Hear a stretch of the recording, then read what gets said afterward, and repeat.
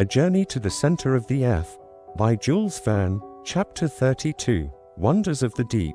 On the 13th of August we awoke early. We were now to begin to adopt a mode of traveling both more expeditious and less fatiguing than hitherto. A mast was made of 2 poles spliced together, a yard was made of a third, a blanket borrowed from our coverings made a tolerable sail. There was no want of cordage for the rigging, and everything was well and firmly made.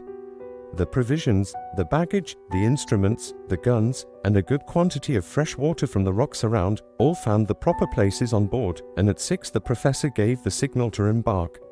Hans had fitted up a rudder to steer his vessel. He took the tiller, and unmoored, the sail was set, and we were seen afloat. At the moment of leaving the harbour, my uncle, who was tenaciously fond of naming his new discoveries, wanted to give it a name, and proposed mine amongst others. But I have a better to propose, I said, Grauben. Let it be called Port Grauben, it will look very well upon the map. Fort Grauben let it be then, and so the cherished remembrance of my Verlan days became associated with our adventurous expedition. The wind was from the northwest. We went with it at a high rate of speed. The dense atmosphere acted with great force and impelled us swiftly on. In an hour my uncle had been able to estimate our progress. At this rate, he said, we shall make 30 leagues in 24 hours, and we shall soon come in sight of the opposite shore. I made no answer, but went and sat forward. The northern shore was already beginning to dip under the horizon. The eastern and western strands spread wide as if to bid us farewell. Before our eyes lay far and wide a vast sea. Shadows of great clouds swept heavily over its silver-grey surface, the glistening bluish rays of electric light, here and there reflected by the dancing drops of spray, shot out little sheaths of light from the track we left in our rear. Soon we entirely lost sight of land. No object was left for the eye to judge by, and but for the frothy track of the raft, I might have thought we were standing still. About 12, immense shoals of seaweeds came in sight. I was aware of the great powers of vegetation that characterize these plants, which grow at a depth of 12,000 feet, reproduce themselves under a pressure of 400 atmospheres, and sometimes form barriers strong enough to impede the course of a ship. But never, I think, were such seaweeds as those which we saw floating in immense waving lines upon the Sea of Lidenbrock. Our raft skirted the whole length of the Fuji, 3,000 or 4,000 feet long, undulating like vast serpents beyond the reach of sight. I found some amusement in tracing these endless waves, always thinking I should come to the end of them, and for hours my patience was vying with my surprise.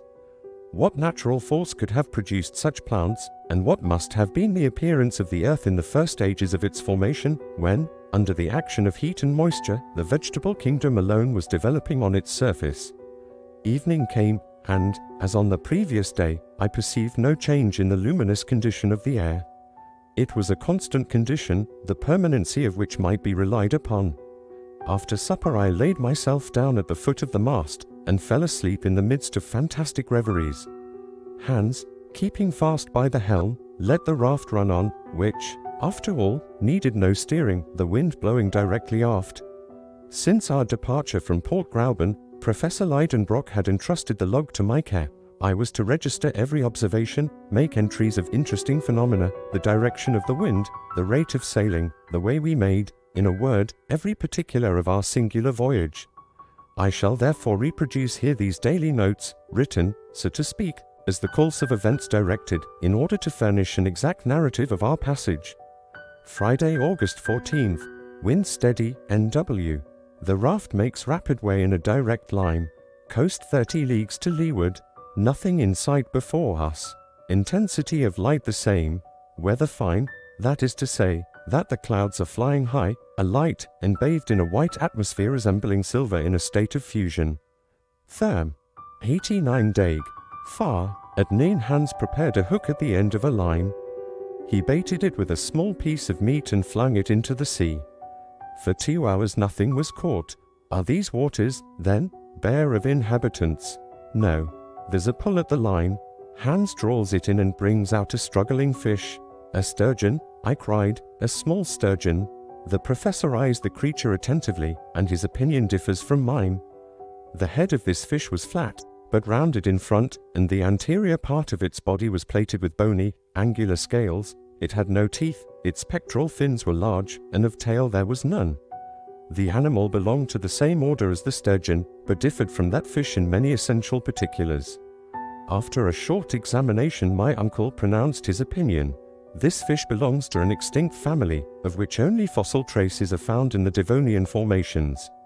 "What?" I cried. "Have we taken alive an inhabitant of the seas of primitive ages?" "Yes, and you will observe that these fossil fishes have no identity with any living species. To have in one's possession a living specimen is a happy event for a naturalist. But to what family does it belong? It is of the order of gonoids, of the family of the Cephalospodidae, and a species of pterichthes. But this one displays a peculiarity confined to all fishes that inhabit subterranean waters. It is blind, and not only blind, but actually has no eyes at all." I looked. Nothing could be more certain, but supposing it might be a solitary case, we baited afresh and threw out our line. Surely this ocean is well peopled with fish, for in another couple of hours we took a large quantity of pterichthides, as well as of others belonging to the extinct family of the dipterides, but of which my uncle could not tell the species. None had organs of sight. This unhoped-for catch recruited our stock of provisions. Thus it is evident that this sea contains none but species known to us in their fossil state, in which fishes as well as reptiles are the less perfectly and completely organized the farther back their date of creation. Perhaps we may yet meet with some of those saurians which science has reconstructed out of a bit of bone or cartilage. I took up the telescope and scanned the whole horizon, and found it everywhere a desert sea. We are far away removed from the shores. I gaze upward in the air. Why should not some of the strange birds restored by the immortal Cuvier again flap their sail-broad fans in this dense and heavy atmosphere? There are sufficient fish for their support. I survey the whole space that stretches overhead. It is as desert as the shore was. Still my imagination carried me away amongst the wonderful speculations of paleontology. Though awake, I fell into a dream. I thought I could see floating on the surface of the waters enormous chelonia, predamite tortoises, resembling floating islands. Over the dimly lighted strand there trod the huge mammals of the first ages of the world, the Leptotherium, slender beast, found in the caverns of Brazil, the Maricotherium, ruminating beast found in the drift of ice-clad Siberia. Farther on, the Pachydermatous Liphiodon, crested-toothed, a gigantic tapir, hides behind the rocks to dispute its prey with the Anoplotherium, unarmed beast, a strange creature, which seemed a compound of horse, rhinoceros, camel, and hippopotamus.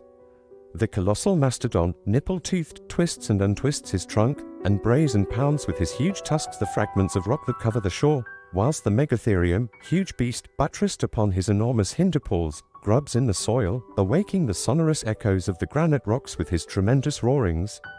Higher up, the Protopophetza, the first monkey that appeared on the globe, is climbing up the steep ascents.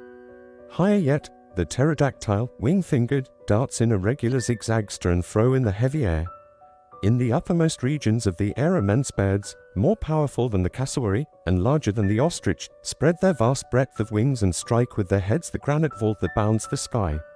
All this fossil world rises to life again in my vivid imagination.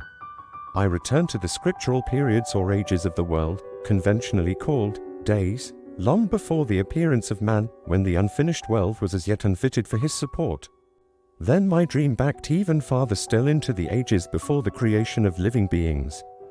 The mammals disappear, then the birds vanish, then the reptiles of the secondary period, and finally the fish, the crustaceans, mollusks, and articulated beings. Then the zoophytes of the transition period also return to nothing. I am the only living thing in the world. All life is concentrated in my beating heart alone. There are no more seasons, climates are no more, the heat of the globe continually increases and neutralizes that of the sun. Vegetation becomes accelerated. I glide like a shade amongst arborescent ferns, treading with unsteady feet the colored marls and the parti-colored clays. I lean for support against the trunks of immense conifers. I lie in the shade of Sphenophylla, wedge-leaved, Asterophila, star-leaved, and Lycopids, 100 feet high. Ages seem no more than days. I am passed, against my will, in retrograde order, through the long series of terrestrial changes. Plants disappear, granite rocks soften, intense heat converts solid bodies into thick fluids, the waters again cover the face of the earth, they boil, they rise in whirling eddies of steam, white and ghastly mists wrap round the shifting forms of the earth, which by imperceptible degrees dissolves into a gaseous mass, glowing fiery red and white, as large and as shining as the sun. And I myself am floating with wild caprice in the midst of this nebulous mass of 1,400,000 times the volume of the earth, into which it will one day be condensed and carried forward amongst the planetary bodies. My body is no longer firm and terrestrial, it is resolved into its constituent atoms, subtilist, volatilized, sublimed into imponderable vapor. I mingle and am lost in the endless foods of those vast globular volumes of vaporous mists, which roll upon their flaming orbits through infinite space. But is it not a dream? Whither is it carrying me? My feverish hand has vainly attempted to describe upon paper its strange and wonderful details. I have forgotten everything that surrounds me. The professor, the guide, the raft, are all gone out of my ken. An illusion has laid hold upon me. What is the matter? My uncle breaks in. My staring eyes are fixed vacantly upon him. Take care, Axel, or you will fall overboard. At that moment I felt the sinewy hand of Hans seizing me vigorously. That for him, carried away by my dream, I should have thrown myself into the sea. Is he mad? Cried the professor. What is it all about? At last I cried, returning to myself. Do you feel ill? My uncle asked. No. But I have had a strange hallucination. It is over now. Is all going on right? Yes. It is a fair wind and a fine sea, we are sailing rapidly along, and if I am not out in my reckoning, we shall soon land. At these words I rose and gazed round upon the horizon, still everywhere bounded by clouds alone.